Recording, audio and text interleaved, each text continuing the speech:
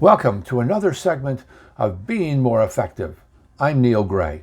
Whether you want to be more effective as a leader, as a better team member, or just your desire as an individual to grow and develop, we appreciate your time. We hope the time you spend with us is meaningful. Thank you.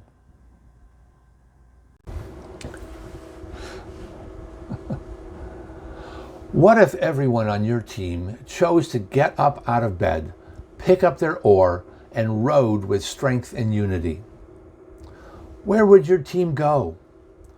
What could they accomplish? What the heck am I talking about? The simple concept we're about to discuss can bring about amazing results when embraced by both leaders and teams, and even if others around you don't choose to do what we're about to talk about, you can still embrace this and do amazing things on your own. If you need to pause the video to get a piece of paper and a pen, please do so. And then come right back. Okay, on the piece of paper, I want you to draw a horizontal line in the middle of the paper. We call this the line. Pretty catchy, huh? Towards the left side of the line, just under it, write a capital B. Now below the B, put an E. And below the E, put a capital D. So below the line, in a vertical, you have the word bed, B-E-D. B is for blame. Ever heard, it's not my fault? If only someone else had, or any other kind of thing? A lot of us find it easy to find blame in other people and circumstances.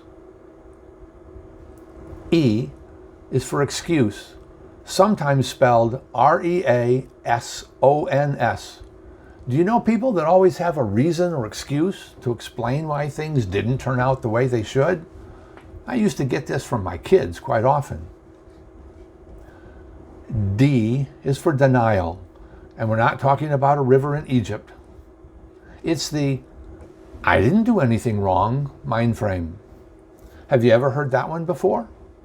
Have you ever used it? For most people, it's easy to go to bed when things don't go our way. You probably have heard things like, it's not my fault. It was the traffic or the weather, or my computer kept crashing. My kids were sick. The other departments didn't do something. There are crummy people I have to work with. What others can you think of? What others have you used? Below the line is where the distractors live. Here the distractors make their bed and lie in it. Now, let's look above the line. Above the line and right above the B, write a capital R. Then above the R, put a capital A. And above the A, put a capital O. So above the line, in a vertical, you have the word OR, O-A-R. O is for ownership. No matter what the situation, task, or outcome, whether successful or not, take ownership of as much as you should.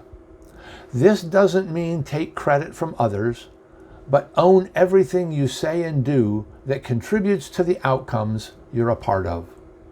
To do anything less is to fall below the line. A good leader will own the bad results and give credit to the team for the good results. A is for accountability. Be accountable for your actions or inactions, no matter what the results. You made a choice, embrace it. R is for responsibility. Again, embrace responsibility for the results you did or did not contribute to. After all, you did choose your contribution to the results. Put your oar in the water and row with conviction. This is where contributors live.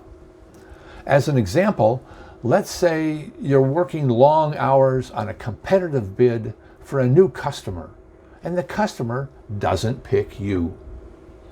You could choose to go below the line or take ownership, accountability, and responsibility for not making your bid the best from the customer's point of view. Learn from it and move on. Now, it may be there was actually nothing you could have done differently to win. It doesn't matter.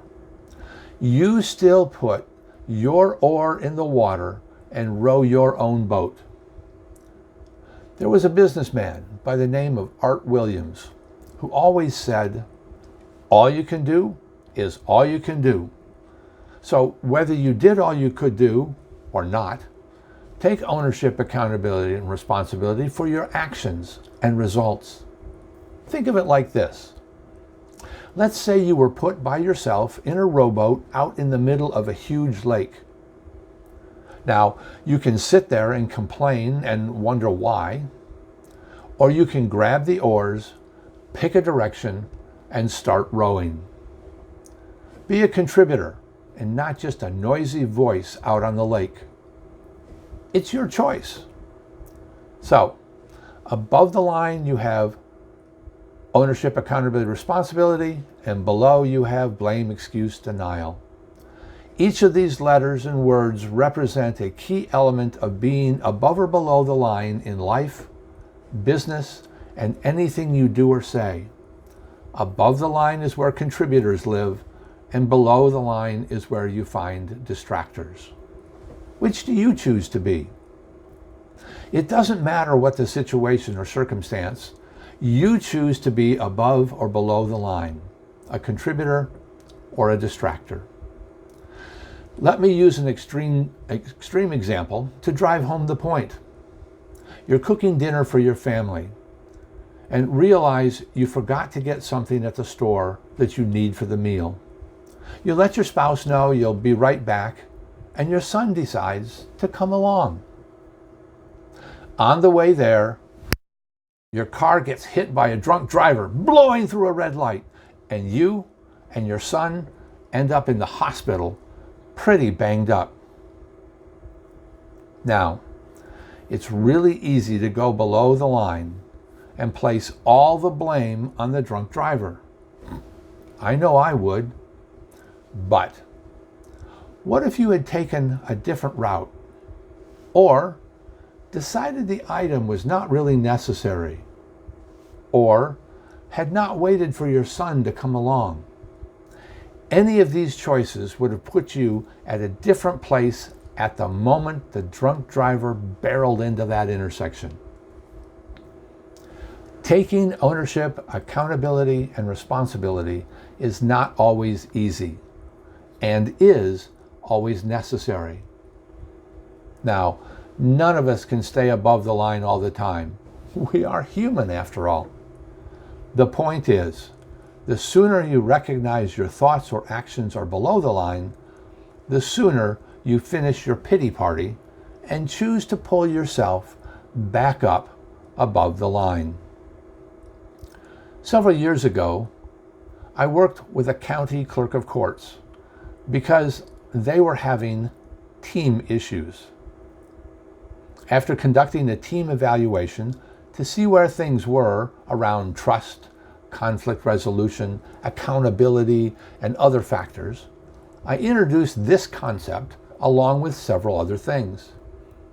The interesting thing is that they so embraced this idea, this visual, as a team that they painted this graphic up on the wall of their conference room. They didn't make a sign or a poster. They painted it on the wall and gave each other permission to call each other on being above the line or below the line, depending on their actions. They became a much more productive team. Choose to put your oars in the waters of your life and row your boat where you want it to go. Be the contributor. What would your team be like if everyone did this? Or you can choose to go to bed and be a complaining distractor. The question is, what do you choose? Thank you for watching today. We know you have many things in your busy schedule, and we appreciate the time you spent with us. It's our hope that we gave you some insight and information that can help you have a better, more effective day. We would love to have you be a subscriber, but we understand that everybody asks you to be a subscriber, and you can't subscribe to everything. If you do, thank you. And if not, maybe you'll consider subscribing on another day. In the meantime, make it a most incredible day.